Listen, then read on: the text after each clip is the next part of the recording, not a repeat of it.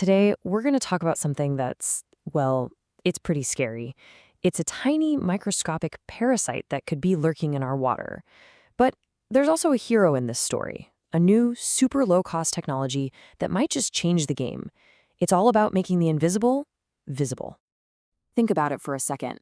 What if the biggest threat in your drinking water was something you couldn't see, couldn't smell, couldn't taste? It's a pretty terrifying thought, right? And for millions of people all over the world, this isn't just some hypothetical question. It's their reality, every single day.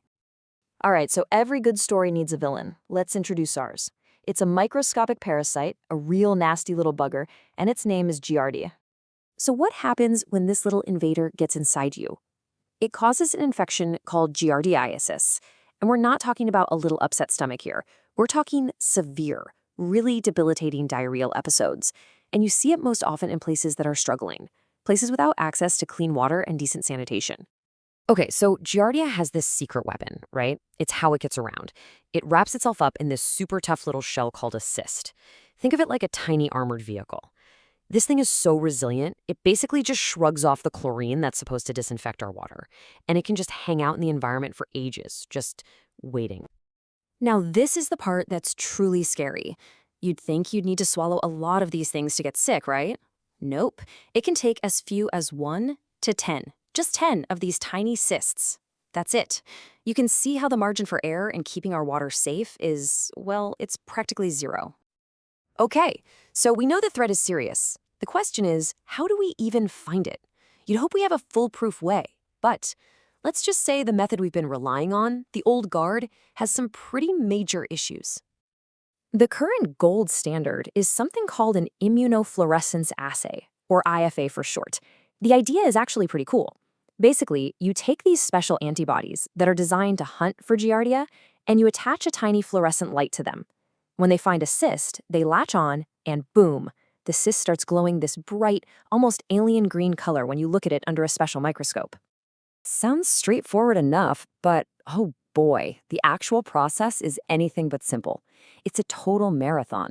First, you've got to prep the sample and let it dry for like half an hour. Then you add the dye. Then you have to incubate it. Then you have to carefully wash everything off. And only after all that can a highly trained expert sit down and start manually hunting, eye to the microscope, for those little glowing dots. So yeah, you can see the cracks in this so-called gold standard. For starters, it's expensive. The equipment, the dyes, all of it. It's incredibly slow, and you absolutely have to have a trained expert to do it. But even worse, it's just not that reliable. You can literally wash the evidence, the cysts, right off the slide by accident, and one analyst might count a different number than another. That's a huge problem. But this is where things start to get really interesting, because all those problems, they've forced scientists to get creative and look for a totally new approach.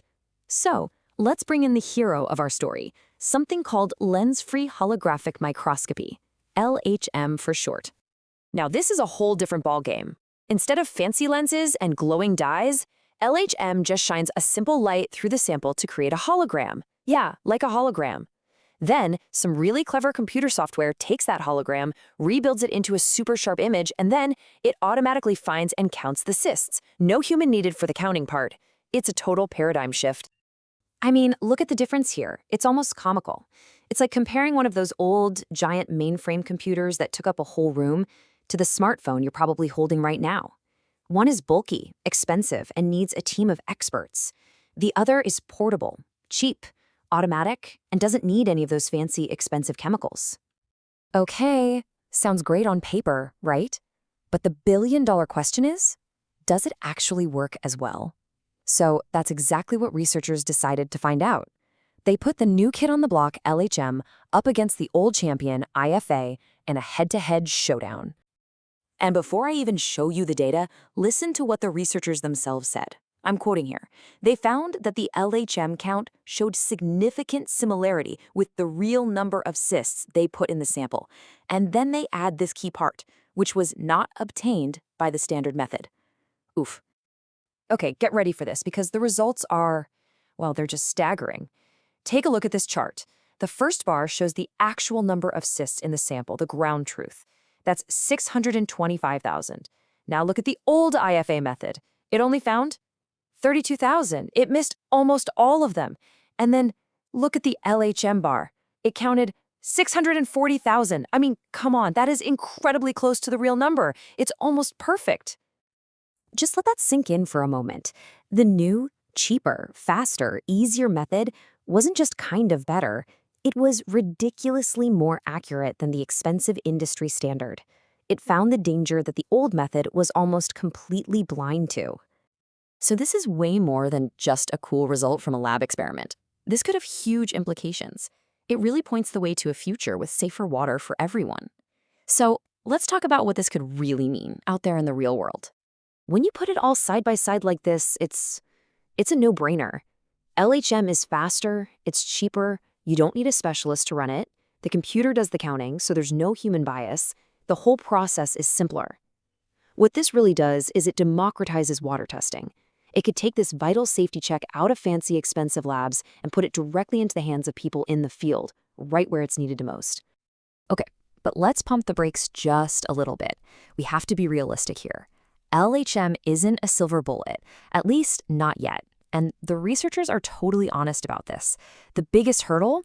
Right now, it can only detect cysts when there's a lot of them. It's not sensitive enough yet for the super low levels you might find in treated drinking water.